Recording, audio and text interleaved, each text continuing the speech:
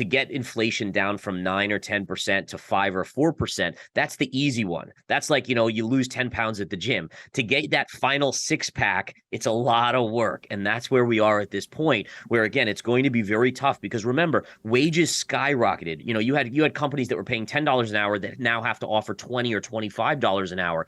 They weren't able to pass that cost over to consumers day one. So what they're going to do to keep their margins in line and get those margins back is inch that into the consumer's pocketbook, essentially, over multiple years. With two bank collapses in less than a week, all eyes are on Federal Reserve whether it would hike the interest rates one more time.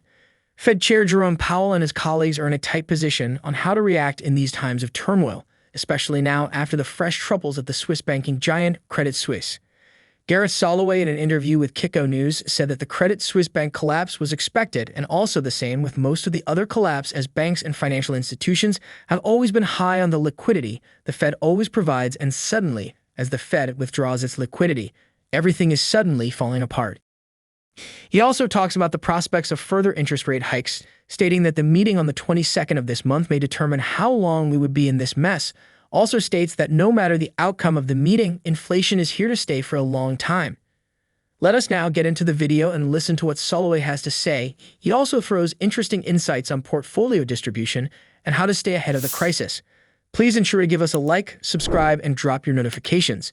Enjoy. So this is a mess, right? I mean, this is a basic financial crisis 2.0, if you will. And what we're seeing here is Credit Suisse, which already was in a tailspin. And if you look at the chart, right, the daily chart, you have JP Morgan Chase, you had Goldman basically trading near multi-year highs just over the last couple months before this recent collapse. But Credit Suisse was nowhere close to that. It was already in a downtrend. It was already at multi-year lows. So what that was telling us is that smart money knew this was the bank that was going to be in trouble. It was going to be one of the big ones to be in trouble first when we got a situation like this. And when you have interest rates rising this dramatically, right? So we're not just talking about, it's, 4 point something on the Fed funds or 5%. We're talking about where it's come from. So it's the velocity of the move that has broken the system. And part of that is the fact that the Federal Reserve basically mismanaged things, right? They said everything was transitory when it came to inflation. They were wrong and had to play catch up.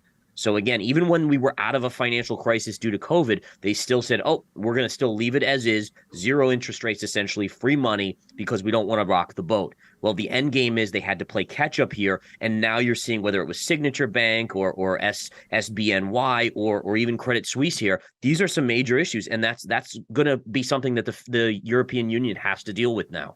We've now come down just in the last few days from $350 to near $300 a share. I mean, these are banks that may have some exposure, but they're a lot more nimble and bigger than a lot of the regionals out there that are having a lot of trouble. And you have to assume that their management is better too. And I think that's one of the big things here is, yes, it's partially the Fed's fault that you saw these collapses because they raised rates way too fast and these banks weren't prepared for that. But at the same point, their management was way behind the curve to be being paid what these management companies and CEOs are being paid at these banks, and to fumble the ball like this is not acceptable, frankly. And I think they have to be held accountable, not just the Federal Reserve, but Goldman Sachs, JP Morgan, these are best of breed banks. So at least in the near term, I think you play them for a bounce. I'm not saying that, again, this is a buy and hold for the next 5 years, but you're looking at a short-term technical bounce that's probably getting close. In reality, the Fed has almost no trust value, meaning that, where's the credence when, in 2018,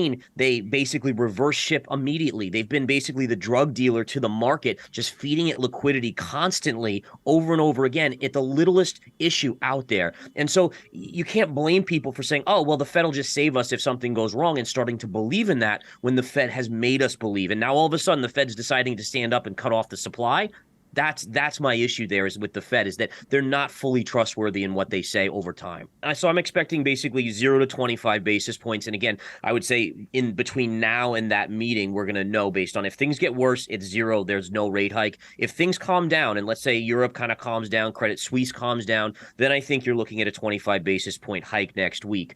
So again, I think that's the angle to take it. And then after that, I honestly don't expect any additional hikes. I think we saw the PPI numbers coming in negative today. day. That's important to recognize. And again, that's showing us that at least on the producer side, prices are actually starting to drop. And then I think just the action of the instability that this is creating in the financial system, the Fed is going to have to back off and wait and see. They're going to have to take a wait and see approach, which is what they should do. And honestly, they probably should have done a little while ago. Last week, Powell signaled that the central bank might accelerate its interest rate hike campaign in the face of persistent inflation. Traders moved to price in a half-point hike in the benchmark interest rate at the Fed's March 21 and 22 meeting, from its current 4.5 to 4.75% range and further rate hikes beyond. Traders now see next week as a split between a smaller quarter-point hike and a pause, with rate cuts seen likely in following months as the turbulence at Credit Suisse renewed fears of a banking crisis that could cripple the U.S. economy. Soloway talks about Bitcoin, the role it has played since the bank collapses, and why it is the digital gold and the best bet anyone could play on. He also responded to questions regarding regulatory policies, stating that regulatory pressure may slow Bitcoin momentarily, but is unable to completely throw it off as Bitcoin is resistant to regulation. Let us hear what he said in detail. Can't help but smile at it, is that the fiat system, the banking system, is actually helping make the case for why Bitcoin is a necessity here. And I think that that's something that we have to all kind of take note of, and then also say this is a major step. I think we're going to look back at this period and say this is one of the key moments why Bitcoin is now such a major asset in 5 or 10 years from now. So ultimately, do I think that the selling in Bitcoin is over? No, honestly, I don't. I think that in the short term, the fear in the banks caused a lot of money from banks to go into Bitcoin as a safety play. I also think that we saw USDC decoupling over last weekend. People said, hey, I don't even want to be in stable coins right now, so I'm going to go into Bitcoin as well. So I think that was kind of the reason for this latest move. I think once the financial system comes a little calmer, then you might see Bitcoin head down. And I still worry that if I'm correct that the S&P is going to drop another 25% or so from here, then I do think it drags, just by fear, it drags cryptocurrencies lower overall. Now, long term, I'm a huge bull on Bitcoin, and I think I get classified as a bear because I've talked about a fall since 69,000. But long term, I still love it. I think it's the future of the digital gold world. And I think that there's a real need, and we see it today. There's a real need for Bitcoin. Yeah, for me, the crypto winter could be longer than the past, right? And the concept there is simply that the Fed's not printing money. So again, we look at every past winter, the Fed has always been doing quantitative easing or interest rates were going down. We're not seeing that. So right there, you have to say, okay, I have to be open to the possibility this winter may last longer. And then again, the key is, you're right, the regulatory issues. You talk about Signature Bank, and like basically what that would say to me is, don't mess around, because if you need help from the government and they're investigating you already, they're liable to make you a scapegoat, or at least, make an example of you and shut you down. And I think that's the key. So I mean, I think that ultimately the regulatory stuff, there's so much speculation, there's so much craziness. I just want to know the freaking rules, right? Give me the rules and I know how to play the game. And right now we don't know those rules. And so it makes it very hard to allocate large percentages of any portfolio to crypto when you don't know the rules.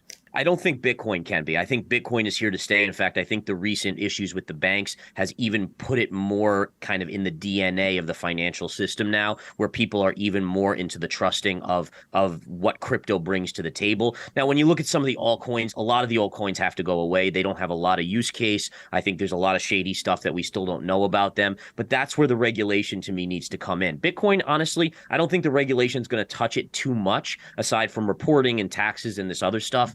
But for the altcoins, that's another story. I'm not so in tune with investing long-term in altcoins, maybe Ethereum a little bit, because I think that has a business that's really fundamentally inbred in the crypto markets. But with Bitcoin, that's the pure play right there. The digital gold, that's the one that long-term I feel most confident in.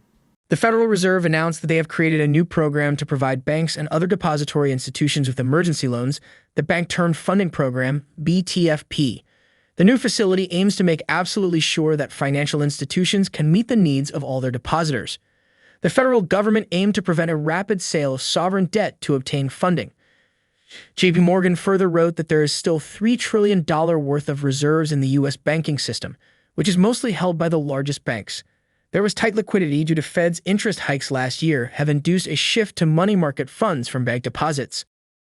JP Morgan strategists said that the funding program should be able to inject enough reserves into the banking system to reduce reserve scarcity and reverse the tightening that has taken place over the past year.